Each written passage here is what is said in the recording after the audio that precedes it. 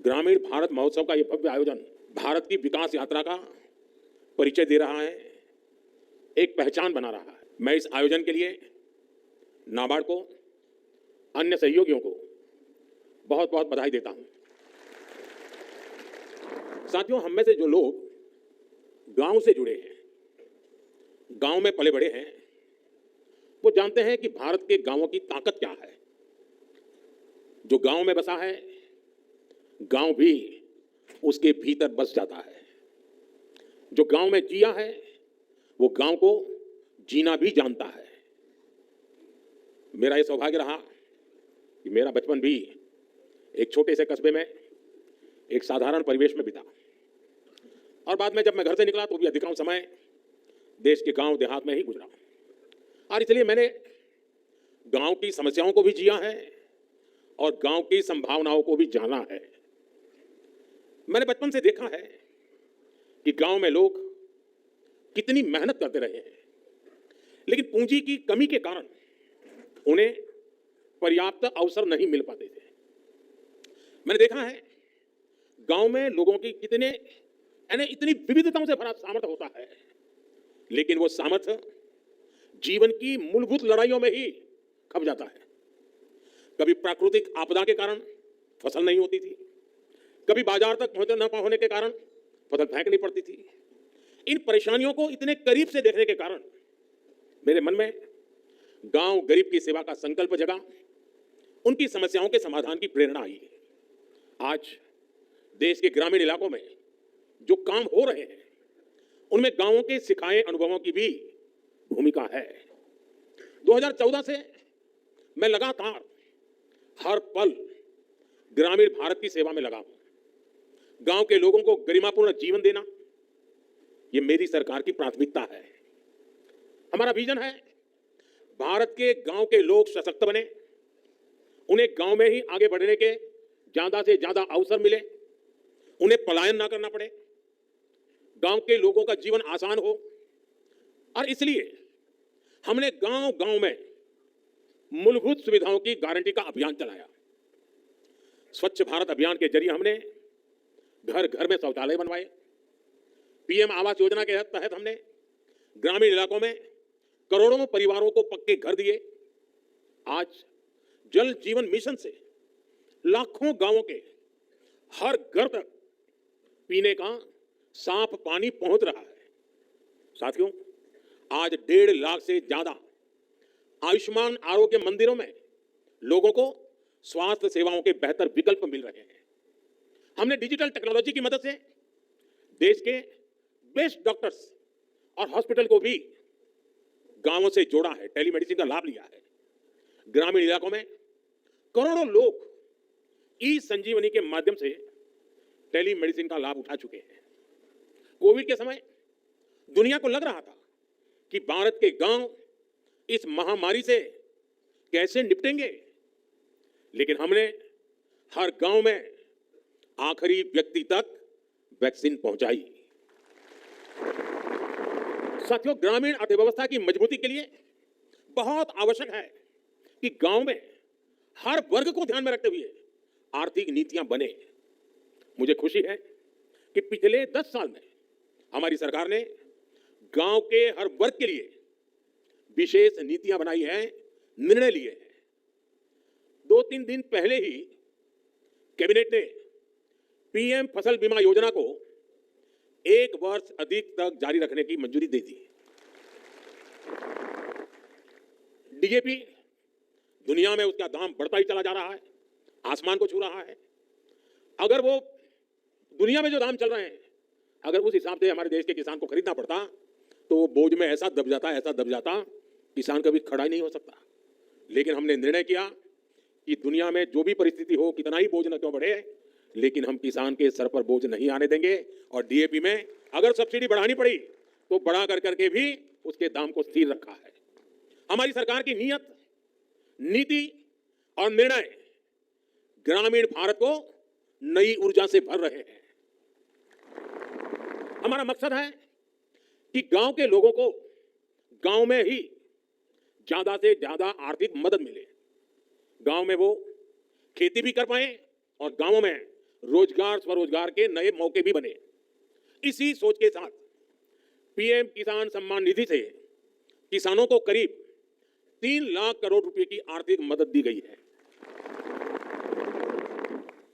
पिछले 10 वर्षों में कृषि लोन की राशि 3.5 गुना हो गई है। अब पशुपालकों और मत्स्य पालकों को भी किसान क्रेडिट कार्ड दिया जा रहा है।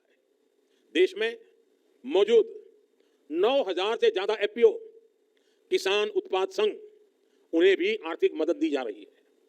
हमने पिछले 10 सालों में कई फसलों पर निरंतर एमएसपी भी बढ़ाई है।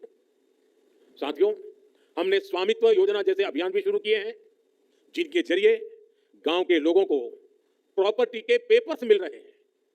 पिछले 10 वर्षों में एमएसएमई को भी बढ़ावा देने वाली कई नीतियां लागू की गई हैं। उन्हें क्रेडिट लिंक गारंटी स्कीम का लाभ दिया गया है। इसका फायदा 1 करोड़ से ज्यादा ग्रामीण एमएसएमई को भी मिला है। आज गांव के युवाओं को मुद्रा योजना, startup India, stand up India जैसी योजनाओं से ज्यादा मदद मिल रही है। साथियों, गांवों की तस्वीर बदलने में कोऑपरेटिव्स का बहुत बड़ा योगदान रहा है। आज भारत सहकार से समृद्धि का रास्ता तय करने में जुटा है। इसी उद्देश्य से 2021 में अलग से नया सहकारिता मंत्रालय का गठन किया गया। देश के करीब 70,000 पैक्स को कंप्यूटराइज भी किया जा रहा है। मकसद यही है कि किसानों को, गांव के लोगों को अपने उत्पादों का बेहतर मूल्य मिले, ग्रामीण अर्थव्यवस्था मजबूत हो।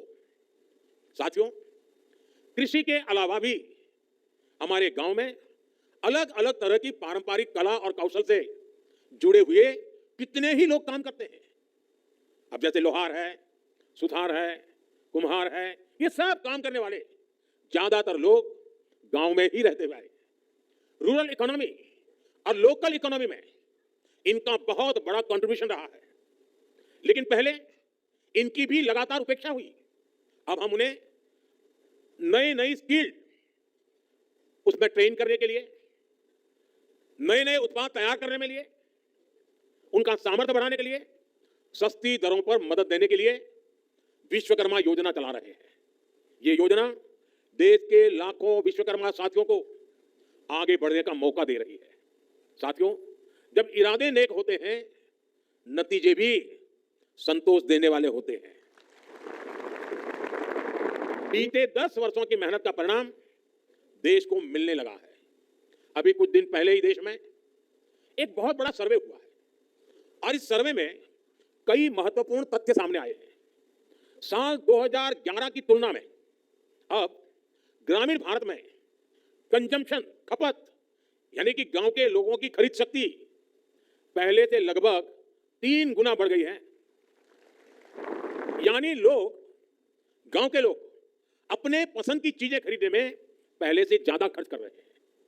पहले स्थिति यह थी कि गांव के लोगों को अपनी कमाई का 50% से ज्यादा हिस्सा, आधे से भी ज्यादा हिस्सा खाने पीने पर खर्च करना पड़ता था। लेकिन आजादी के बाद पहली बार ऐसा हुआ है कि ग्रामीण इलाकों में भी खाने पीने का खर्च 50% से कम हुआ है और जीवन की चीजें खरीदने की तरफ खर्चा बढ़ा है। इसका मतलब है लोग अपने शौक की, अपनी इच्छा की, अपनी आवश्यकता की जरूरत की और चीजें भी खरीद रहे हैं, अपना जीवन बेहतर बनाने पर खर्च कर रहे हैं। साथियों, इसी सर्वे में एक और बड़ी अहम बात सामने आई है। सर्वे के अनुसार शहर और गांव में होने वाली खपत का अंतर कम हुआ है। पहले शहर का एक प्रति परिवार जितना खर्च करके खरीद करता था और गांव का व्यक्ति जो करता था, बहुत फासला था। अब धीरे धीरे गांव वाला भी शहर वालों की बराबरी करने में लग गया है। हमारे निरंतर प्रयासों से अब गांव और शहरों का यह अंतर भी कम हो जा रहा है। ग्रामीण भारत में सफलता की ऐसी अनेक गाथाएं हैं जो हमें प्रेरित करती हैं। साथियों, आज जब मैं इन सफलताओं को देखता हूं तो यह भी सोचता हूं कि ये सारे काम पहले की सरकारों के समय भी तो हो सकते थे। मोदी का इंतजार करना पड़ा क्या? लेकिन आजादी के बाद दशकों तक देश के लाखों गांव बुनियादी जरूरतों से वंचित रहे हैं। आप मुझे बताइए, देश में सबसे ज्यादा एससी कहाँ रहते हैं? गांव में। एसटी कहाँ रहते हैं? गांव में। ओबीसी कहाँ रहते हैं? गांव में। एससी हो, एसटी हो, ओबीसी हो, समाज के तबके के लोग ज्यादा से ज्यादा गांव में ही अपना गुजारा करते हैं। पहले की सरकारों ने इन सभी की आवश्यकताओं की तरफ ध्यान नहीं दिया। गांव से पलायन होता रहा, गरीबी बढ़ती रही, गांव शहर की खाई भी बढ़ती रही। मैं आपको एक और उदाहरण देता हूं। आप जानते हैं पहले हमारे सीमावर्ती गांवों को लेकर क्या सोच होती थी? उन्हें देश का आखिरी गांव कहा जाता था। हमने उन्हें आखिरी गांव कहना बंद करवा दिया। हमने कहा सूरज की पहली किरण जब निकलती है ना तो उस पहले गांव में आती है, वो आखिरी गांव नहीं है। और जब सूरज डूबता है तो डूबते सूरज की आखिरी किरण भी उस गांव को आती है जो हमारा उस दिशा का पहला गांव होता है। और इसलिए हमारे लिए गांव आखिरी नहीं है, हमारे लिए प्रथम गांव है। हमने उसको प्रथम गांव का दर्जा दिया। सीमांत गांवों के विकास के लिए वाइब्रेंट विलेज स्कीम शुरू की गई। आज सीमांत गांवों का विकास वहां के लोगों की आय बढ़ा रहा है। यानी जिन्हें किसी ने नहीं पूछा उन्हें मोदी ने पूजा है। हमने आदिवासी आबादी वाले इलाकों के विकास के लिए पीएम जनवन योजना शुरू की। जो इलाके दशकों से विकास से वंचित थे उन्हें अब बराबरी का हक मिल रहा है।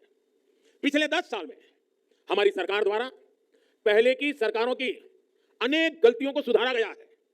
आज हम गांव के विकास से राष्ट्र के विकास के मंत्र को लेकर आगे बढ़ रहे हैं। इन्हीं प्रयासों का परिणाम है कि 10 साल में देश के करीब 25 करोड़ लोग गरीबी से बाहर आए हैं और इनमें सबसे बड़ी संख्या